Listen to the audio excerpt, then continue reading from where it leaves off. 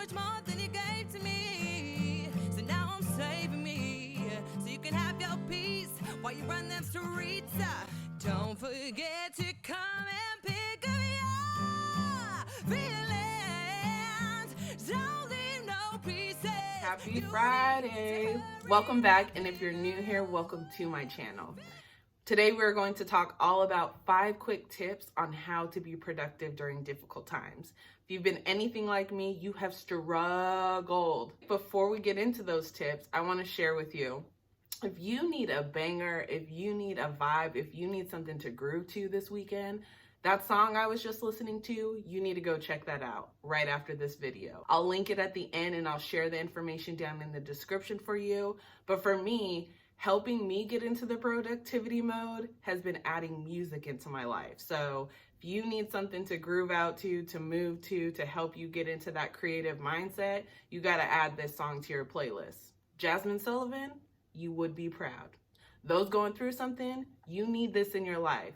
We're gonna get started on the 5 quick tips on how to be more productive. Let's go ahead and head over to tip number 1. Tip 1, create a daily routine or schedule. This is going to be powerful. It is going to help you set up yourself for success. If you have a schedule, if you know what tasks and what things on your to-do list you are dedicating time to. Remember, in an earlier video, we talked about owning your time. This applies here, right?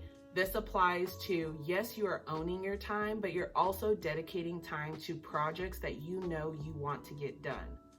So a skill that I want to teach you that I've really adopted into my life that I wish I would have learned way earlier in life, I literally wish I would have learned this in high school, was schedule blocking. Schedule blocking is a skill. It's an ability to help you be more productive. And it's very simple, it's very easy, but it makes a world of a difference. And a part of that idea of schedule blocking is blocking off time, literally from the time you wake up until the time you go to bed. I'm gonna show you a little bit about schedule blocking. I'll pull up my calendar and we'll play with that a little bit, but really it's all about getting very clear with what you are dedicating time to. Map out your schedule, look at your calendar. If 8 a.m. to 9 p.m., what does your life look like? How are you dedicating specific time for specific tasks? And they don't always have to be work related. They can be personal life related, right? When are you prepping dinner? Do you want to cook more? Dedicate that time.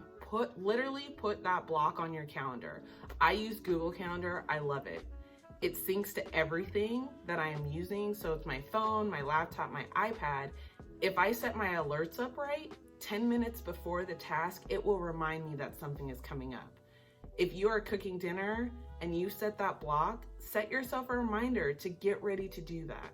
If you are someone who wants to start working out or is working out, put that dedicated time in there and allow your calendar to remind you to help you get motivated for you to go kill this workout. Okay? If you're spending family time or you're doing a date night or an activity, put that time in there. Add your partner, add your family member, add your spouse, remind them that we're doing family night, game night, date night, whatever it is, put that in your calendar. We are always using technology these days. Why not use it to our benefit? Why not use it to help us be more productive? I would really encourage you to look at your calendar and from 8 a.m. to 10 p.m. or 7 a.m. to 9 p.m., however your daily schedule usually is, look at that and figure out how you can block off more time. Own your time, create that schedule, and be dedicated to getting certain tasks done within that hour, 30 minutes, 45-minute block that you give it in your daily life. The next tip, take regular breaks. Take regular breaks on a daily basis. This is talking about 15 to 30-minute breaks in between tasks, meetings, assignments, chores at home, okay, all of those things. Take those mini breaks in between. It allows your brain to reset. It allows your creativity to pause and get refocused for the next task that you are trying to move on to. Taking small breaks within the day are critical. I also want to expand that a little bit more to taking breaks within your life, within your week, within your month. All right. A lot of traveling, a lot of exploring vacations this year have been on pause. That doesn't mean that your mind and your body are on pause from needing those breaks. All right. If you need a break, if you need time, take that vacation time. Take that pause. Now, you might not be able to travel, but again, that doesn't mean your brain and your body don't need you to take that regular break that you typically do once a year, twice a year, 3 times a year. Make it fun. Do a staycation. Do something at home. But know that just because there's some world restrictions going on with vacation does not mean that your creative, productivity, inspired side of your mind and your body doesn't need that break still. I would encourage you to build in when you are going to take those breaks, when you would typically take a vacation, but maybe you're turning it into a staycation this year. Your mind still needs that pause. Your mind still needs that ability to recharge away from your daily routine. So 15 to 30 minute breaks regularly each day, and then take that bigger look at your yearly calendar. When are you going to take a break so your mind and body can be off and it can really recharge for you to continue to be productive once you get back from those breaks? The next tip is to over communicate your needs. Over communicate your needs to your supervisor, to your coach, to your boss, to your family, to your spouse, to your partner, to your friends. Over communicate to the people that you spend the most time with. In our minds, we are likely the biggest critic of ourselves, that when we think of, okay, I need to over communicate, you're probably really just communicating. You're probably really just telling your spouse, hey, I need X, Y, and Z. And in your mind, you're saying, oh my gosh, I am doing the most and over communicating, when really to the other person, it's likely you are just communicating and they're receiving that. They're listening to that, they're understanding that. I would hope that they would understand that. So I encourage you to over communicate. It's likely your mind is saying it's over communicating, but in reality, you are simply communicating your needs to get something done.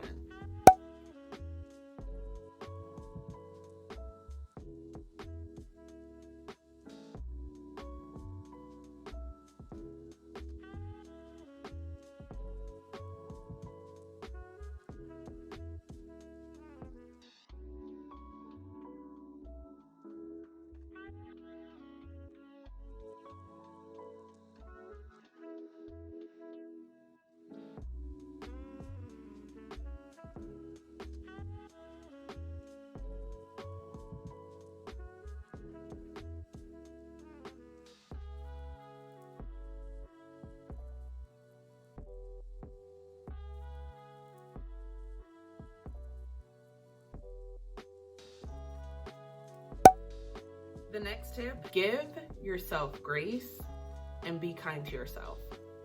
So you have to remember that by me giving you these tips, it is to help you be more productive during difficult times, challenging chapters, and hardship. Often when we are in those times, taking care of ourselves is the last person on the list. I want to encourage you to reverse that. I want to encourage you to remember to give yourself grace. A lot of the tips that I'm providing you are really things that turn into routines, that turn into habits. If you are new in trying some of these things, they are not going to be a habit at the beginning. So you need to give yourself grace, show yourself some self-love, be okay with maybe it works one day, maybe the next day is an epic fail. That's okay, all right? The goal is to try, but I really encourage you to give yourself some grace. Sometimes productivity looks like rest. It might not look like 1,000 check marks off of your to-do list. It might not look like a completed proposal that you submit. It might not look like that amazing practice plan that you've been trying to put together. It might not look like that assignment that is due at midnight that you haven't done yet. Now, don't procrastinate that long, but it might not look like an actual task getting done. The task might be taking care of yourself. The task might be rest. So be kind to yourself, give yourself grace, and know that that is a key factor into you being able to be more productive in your life. Okay, so there are your 5 tips on how to be more productive.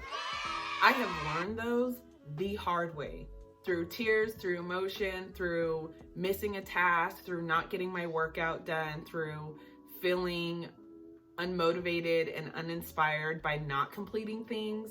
I hope that these 5 tips are something you will try and implement into your life to avoid learning it the hard way, right? Avoid learning it through my mess. I hope that my mess gives you the opportunity to choose something different, to choose something better, to help yourself be more productive. And these were our last 5 tips to round out our pandemic series. There's a couple of videos I've done before this. I've given you a total of 25 tips that I hope are helpful and bring value to your life. If you haven't checked out those other tips, I encourage you to go watch those videos. I hope this one has brought value to you. If it has, go ahead and hit that like button for me, as well as don't forget to subscribe. There is more coming. I am so excited to continue to share advice, life lessons, mistakes, my mess. Okay, this is all about me sharing my mess and hope to be my message, as well as to share it with others to benefit and bring value to them.